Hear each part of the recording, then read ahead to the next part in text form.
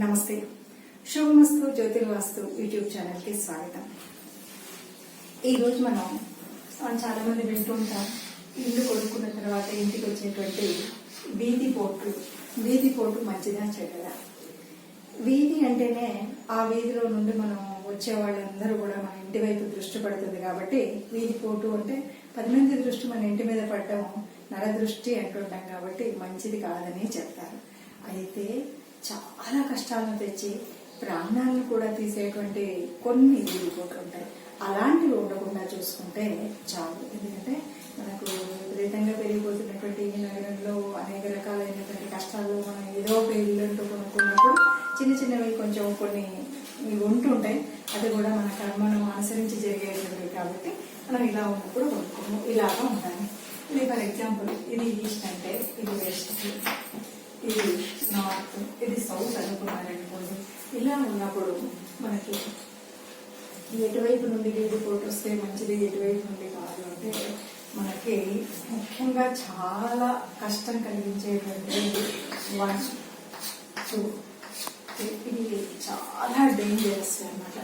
అలాగే మనకి ఇది అలాగే ఇది కాకుండా ఇవి కొంతవరకు బెటర్, ఇది పర్వాలేదు ఏం కాదు అని చాలా మంది అంటుంటారు. ఇలాంటివి వీధి పోతున్నప్పుడు ఏదో వ్యాపారాలు వాటికి సంబంధించినటువంటివి ఉంటాయి, ఇటువైపు కూడా అలాగే అంటారు.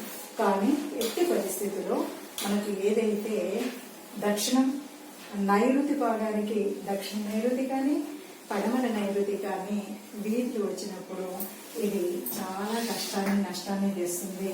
ప్రాణాలను కూడా కోల్పోయేటువంటి పరిస్థితి వచ్చేటువంటిది ఇంటి యజమానికి ఈ చూపుడు అనమాట. సంఘటనం ఒక యజ్ఞం సమిధగమన జీవనం భరతమాత పాదాలకు మూవలం.